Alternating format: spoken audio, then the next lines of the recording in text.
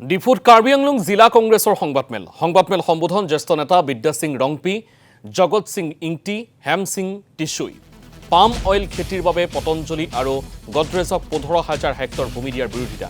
কংগ্ৰেছ ক্ষমতালৈ আহিলে সেই ভূমিৰ আবণ্টন বাতিল কৰিব বুলি মন্তব্য। পাম অইল খেতি পৰিৱেশৰ বাবে অনিষ্টকাৰী, সেইবাবে মিজোৰামে বন্ধ কৰিছে পাম অইলৰ খেতি।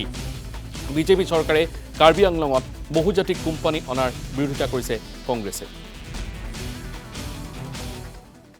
তেওঁলোকে খালি নিজা বিবেকে কৈছে, ৰাইজক নুসুধাকে কৈছে কোনোবা পাম অইল ল'ব নে নাই সোধা নাই, খেতি ভাল হ'ব নে নাই তেনেকে কোনো তেওঁলোকে এক্সপাৰ্টৰ ওপৰত তেনেকে জাপি দিব বিচাৰিছে কথাটো। আৰু যদি তেতিয়াহ'লে এনেকে দকমকাই এতিয়া 500 হেক্টৰ দিয়াটো যুক্তি আছে নহয় জানো?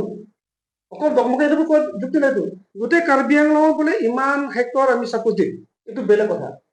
ইয়াত স্পেচিয়েলি মেনশ্যন কৰা আছে উপজনক ইমান দিব, 1,500 হেক্টৰ দিব। কি যুক্তি আছে এইটো?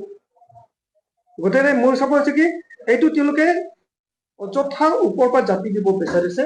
এই জাপি দিয়া কাৰ্য কিন্তু কাৰ্বি আংলং ৰাইজে নামানে, নহয় জানো?